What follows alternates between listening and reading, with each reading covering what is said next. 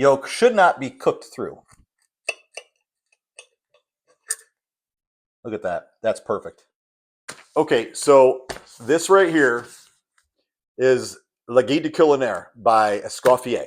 He was a very famous chef back around 1900 up till the 1920s, I believe. This is the ultimate cookbook for that period, and every cookbook you see today derives basically off of this right here. This book is essential for any chef, just because you can refer to it and see what was it really. This is my book from school. It's a professional chef volume, I don't know, sixth edition. Hollandaise is oftentimes considered a grand sauce or a mother sauce. These books do not classify it as that because in order to be a grand sauce, you have to be able to make it ahead of time and hold it for service. Not just one day, but 2, 3 days out, because you don't want to have to make sauce every day. It's a long process. There are 5 grand sauces. You've got tomato sauce, okay, because you can do a lot with that. You can hold it ahead of time, everything. You've got velouté, which is a sauce kind of made with white veal or chicken stock or any kind of a white stock, even a white beef stock, thickened with a pale roux, and you can make things off of that. You've got bechamel, which is heavy cream or milk, really, thickened with a roux, a white roux, and that, like to make macaroni and cheese, you need to make a bechamel and add cheese to it to make your cheese sauce. That's why bechamel is a grand sauce. You can make it ahead of time, add something to it later. Now you've got another sauce. Brown sauce or Espanol sauce, which is a brown stock, basically. It could be brown veal or beef or game stock thickened with a brown roux. And off of that, like if you're making gravy, you will have a brown sauce made in that style. You've also got one that is called so we had bechamel, tomato, velouté, and brown sauce or Espanol. The 5th sauce is considered to be, by all the top chefs in the world, to be the imposter sauce because it's served cold. And it's something you have in your kitchen, I'm sure, and that is mayonnaise. Hollandaise, and you're probably thinking, well, mayonnaise isn't really a sauce. Well, it kind of is. You make tartar sauce out of it. You can make it ahead of time, and it'll hold forever. I'm not going to show you how to make mayonnaise because ultimately you want it to taste like Hellmann's or whatever major brand you like. Just go buy it. It's a lot easier. Okay. And Hollandaise cannot be made ahead of time. I can't make it and use it tomorrow. In fact, my wife's coming home in a little while, and I'm just going to have to try to hold it for when she gets home. I may not even make this sauce until she gets home. The rest of the dish is very easy. I just wanted to get that off my chest because I have heard a lot of people say Hollandaise is a grand sauce, and it's not. I'm not saying it shouldn't be. It's just not considered that by most people that are at the very high end of things. And when you see how easy it is to make this sauce, you'll wonder, why is it when I go to a diner, they're using a powdered version of Hollandaise? That's literally all they do. They take a powder out of a can. It's made by Knorr. They mix it with water and call it Hollandaise. That's not, and it doesn't taste good. This is, every time I've made this for family, they're like, what is that sauce? Well, it's Hollandaise. It's real Hollandaise. So stick with me. Sorry to be long-winded on this, but it's important to people like myself who are not only chefs, but a little bit of historian when it comes to food and where your food comes from and why it does what it does. Okay, so I'm going to make a 3-egg omelet, and I need 3 yolks. I'm going to use 1 lemon to start with, a little bit of hot sauce, some salt and pepper, and then the secret ingredient, which you'll be shocked when you see what it is and how silly it is that it's even a secret ingredient that a lot of people don't use, and they have issues because of it. So I'm going to break that in half. Oop, wrong side. Going in here. I'm going to fish out that yolk. See that? See how easy it is? 1. I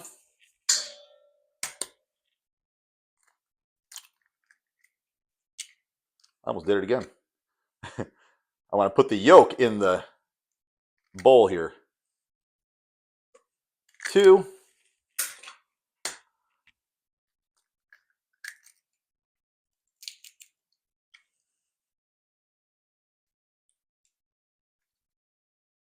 And 3. Okay, let me rinse my hands off. Now, to that, I'm going to add, let me move this, the juice of 1 lemon. Helps if I use the blade side of the knife. I'm using this just to strain out the seeds.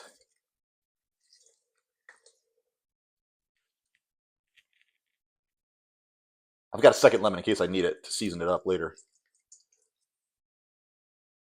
Okay. A little bit of salt, I would say. Yeah, it's a pinch for now. This is my mixture of salt and pepper. It's, again, 1 part white pepper, 7 parts kosher salt. I'm going to add a couple dashes of hot sauce, whatever hot sauce you want to use. Just like that. You can add Worcestershire. I don't like to add that. And then this is the secret ingredient. It's water. I'm going to add a couple tablespoons of water. Then I come over here to my double boiler. I want to slide this over to you. Look at that. Who else can move their stove in a cooking show? Okay. I already got it up to a boil. I'm going to keep this in the double boiler. I'm going to show you what we're looking for. We want to get this until it starts to thicken a little bit. We want to have this cooked. So the egg will be cooked before we start adding the final ingredient to it.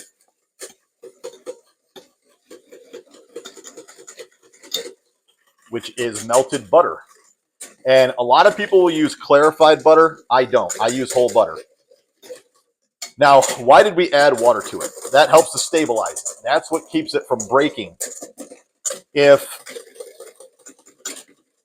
I didn't add that water, we would have to keep everything perfect. Or what you'll get is an oily mess that won't work as a sauce. And the whole key to doing this is keeping the temperature constant. So I'm going to have hot butter going into hot eggs. If you try to put cold butter or hot butter into the opposite of the other one, it won't hold. We're making an emulsion here. And I'm going to show you just how simple this is. And once in a while, I'm going to take this off the heat. And I'm going to start my melting of the butter. I do it in the microwave. Why not?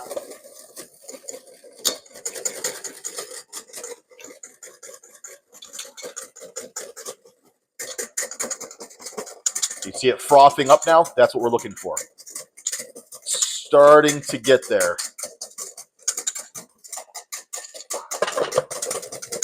I don't want to cook the egg and scramble it. I just want to get it to a... Right there we go. That's it. Now, I'm going to move this over for a moment just to show you. That's what we're looking for. You see how it keeps its form? That's what we're looking for. Okay, so now what I've done is I've taken a Halloween towel, since it's close to Halloween and my wife had it out. I'm going to set that down and put the bowl right in so it doesn't move around while I'm whisking. This here is, I melted 2.5 sticks of unsalted butter so that I can control the seasoning. I'm just going to, at first, I'm just going to very slowly drizzle in the butter. We want to bring this together in an emulsion, kind of like mayonnaise is. And you'll notice, I did not clarify this butter. The milk fats are where the flavor is. The milk solids, rather. Okay. Now, that is a good consistency right there, but I know that's not going to be enough butter in there yet, so I'm going to keep going. Keep whisking. This may get to a point where I have to add more water, so I've just got some on the side there just in case. And once in a while, I'll put it back over here on the burner just to get the temp back up again. I want to maintain the temperature. Okay, I'll just stick it there for a second. When I was working in kitchens professionally, I would take that. We had a big steam table. I would do it right at the steam table and do it right there. I had the butter in the steam table. Now I can start to add a little bit quicker. Just want to make sure it's not getting too much at once. You'll see it if it starts to break. It'll be an oily mess. Like I said, I've never broken a hollandaise. I think I did it once in culinary school because they told us to, so we could see how to fix it. Not since that time have I broken a hollandaise.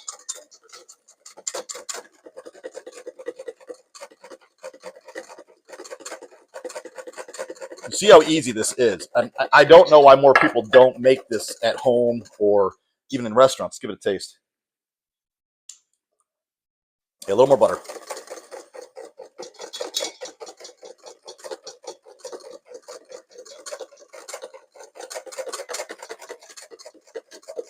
You might add a little bit more lemon to it as well.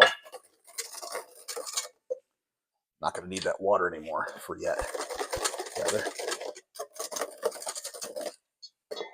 I know it needs a little more salt and pepper.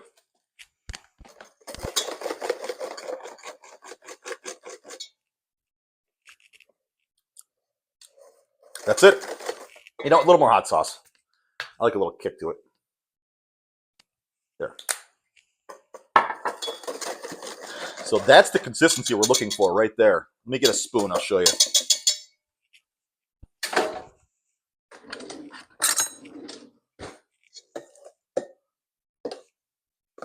Show you. This is called nappe consistency.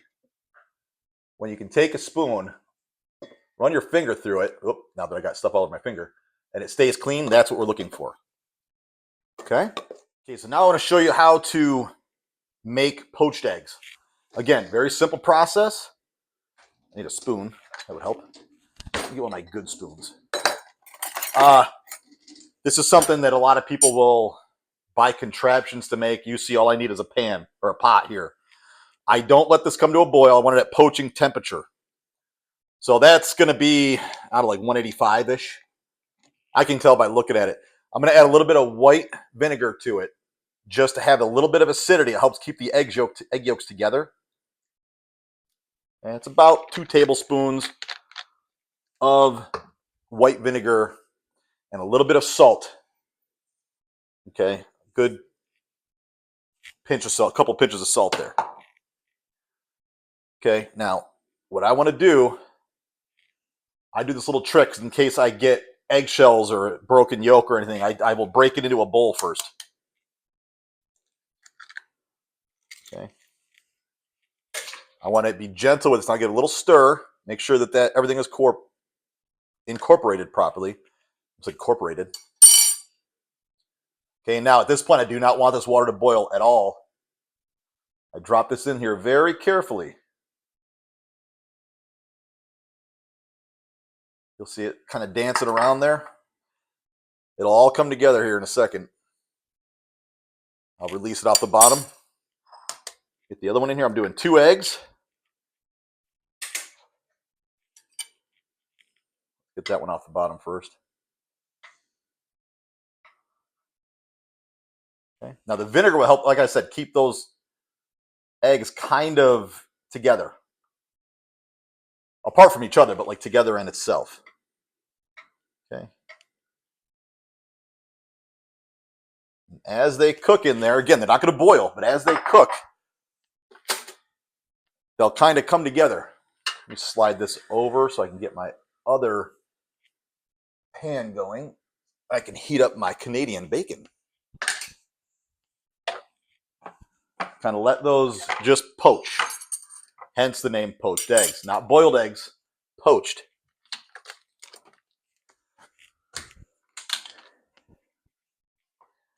I'm going to toast English muffins. You can use any bread you want to use. I've seen people use brioche. I've seen people use just plain white bread like I made a few weeks ago and showed you. You can make a whole bunch of these ahead of time, drop them into cold, ice water, and stop them from cooking. And then when it's time for service, this is how they do it at brunches and at banquets. When it's time to serve it up, they'll get a big thing of hot water going, drop a whole bunch of eggs in there, and then instead of having to do them all at once, they can do it all ahead of time. Works really well. I've made so many poached eggs in my life. This is how I do it, and it works.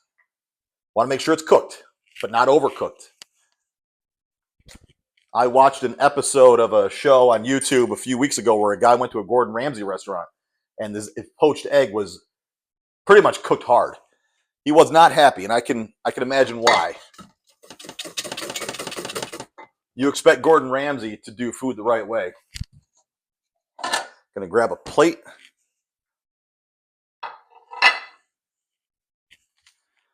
I'm using Canadian bacon, and in Canada, they call Canadian bacon ham. You can use any kind of a ham product you want to use. You can use bacon if you want. Nothing wrong with that. All I'm going to do is get a little color on this and heat it up. 2 pieces. I'm going to grab a couple paper towels.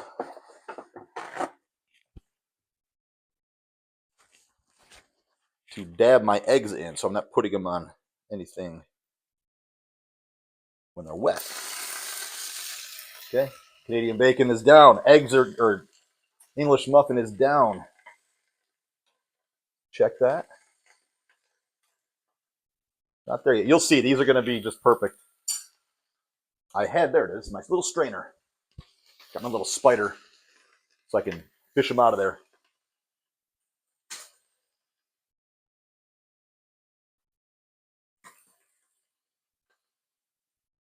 Another minute.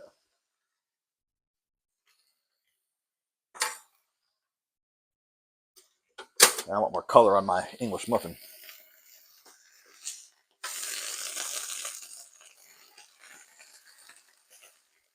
So again, if we were doing a huge banquet up here, let me move these over so you can actually see them. Yeah, there we go.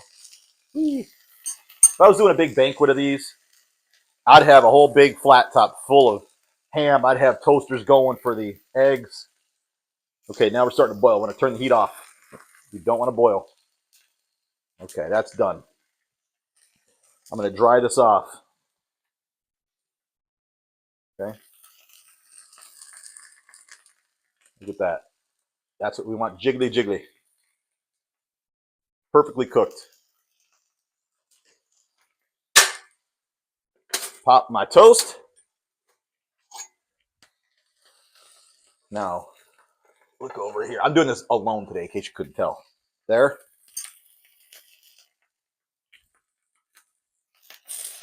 Canadian bacon goes down. Okay. Egg goes right on top of that.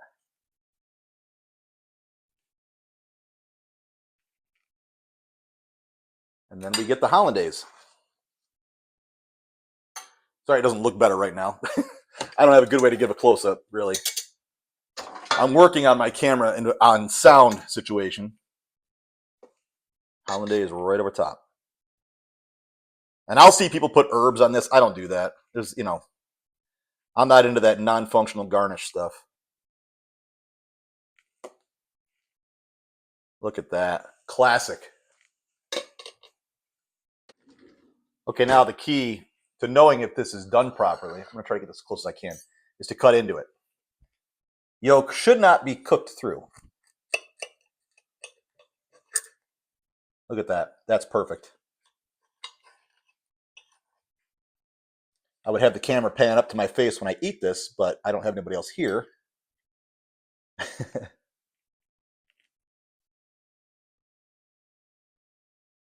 Oh, yeah. That's awesome. All right, well, that's the show. I want to thank you for joining me today. I know this is going to be a trigger for some people that see this because they're going to say, well, Hollandaise is definitely a grand sauce. And I'm sorry, it's just not. It's just not classified as one. And the reason mayonnaise is considered one is because, like I said, you can make it ahead of time. And they call it the imposter sauce because it's served cold. Every other one is served hot. So that's just, if anybody wants to comment on that, I'd welcome it. And I hope you guys try this. As you can see, I ate the whole first one there. I couldn't, once I start, I can't stop. And I'm going to make my wife a couple of these, make the kids some, and see if they'll like it. We'll see. I don't think I've ever made them eggs Benedict before. but they're usually pretty adventurous. So I want to thank you all for joining me. I'm sorry, I'm bending down. I'm, again, shooting alone today. I want to thank you all for joining me. Please give it a like if you could. If you learned something, if you didn't learn something, if you want to yell at me for saying it's not a grand sauce, go ahead. Share it with your friends, and subscribe if you haven't subscribed. That really helps me out a lot, and it allows me to keep doing these videos for you. So thanks for stopping by. I'll see you all next time.